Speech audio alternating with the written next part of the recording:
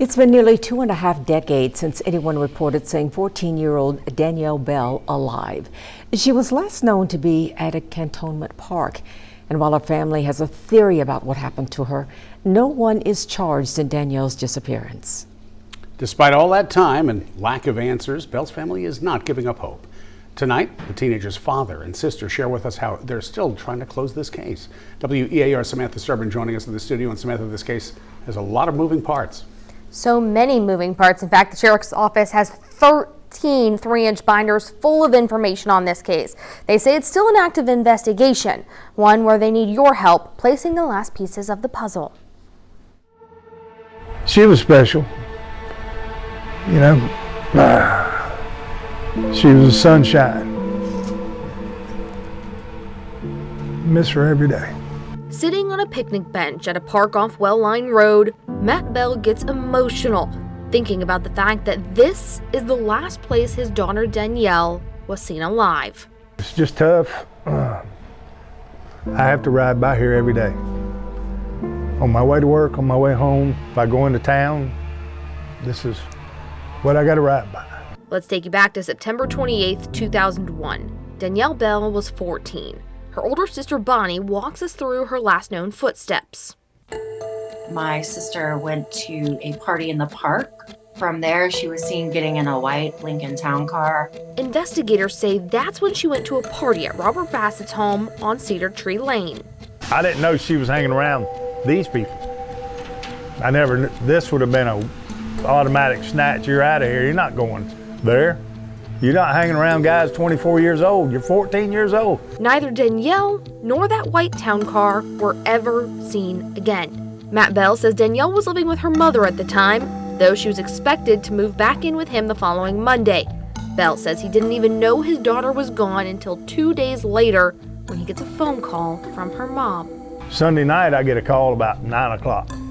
Said, hey, Danielle never came home Friday. So you think I ought to call the law? I said, are you kidding me? I said, you called me on Sunday to let me know my daughter didn't come home for 2 days? I said, yes, you call the law.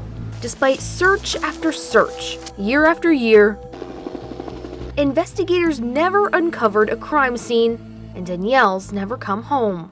The not knowing is the hardest part of the whole thing. To the best of my recollection, this is probably the most work case that I can recall in 28 years at the sheriff's office. Escambia County cold case investigator James Larry Hall Jr. says to this day, Danielle's case is still open. He's even been in touch with the National Center for Missing and Exploited Children, asking them to review the case and the investigations that spawned out of it. There were some arrests that were made earlier on. Alfredo Sanchez was sentenced to 40 plus years in prison for 2 counts of lewd and lascivious behavior against juveniles between the ages of, I think, 12 and 15.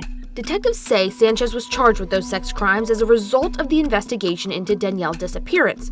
Investigators arrested Robert Bassett in January 2002 for stalking and threatening a man they had questioned about Danielle's disappearance. Detectives went as far as searching Bassett's home and the septic tank outside with no luck. There was some tremendous focus on some of those suspects, and they were never eliminated from being possibly responsible for her disappearance. Never got to the point where there could be an arrest, but they certainly were never eliminated. Detective Hall says Sanchez, Bassett, and another man continue to be people of interest in Bell's case. Everybody said, well, she's dead, they killed her, and I said, I don't know that. I don't know what you know, but I'm not going to that route until I know for sure. So there's people being found every day that's 25, 30 years ago. That's my hope. That's my hope. Because I'll never give up. Now, nearly 24 years after Danielle disappeared, Bonnie is taking advantage of ever-changing technology to put her sister's face back in the spotlight. Hi, my name is Bonnie, and my sister Danielle Bell has been missing since September 28th, 2001. Her videos drawing more than 13,000 followers, that number growing every day. I feel like somebody needs to fight for her and that the whole truth needs to be told. Danielle would have turned 38 this year. If you have any information about what happened to her, where she is, or where her remains may be, call the Escambia County Sheriff's Office. In the studio, I'm Samantha Servin.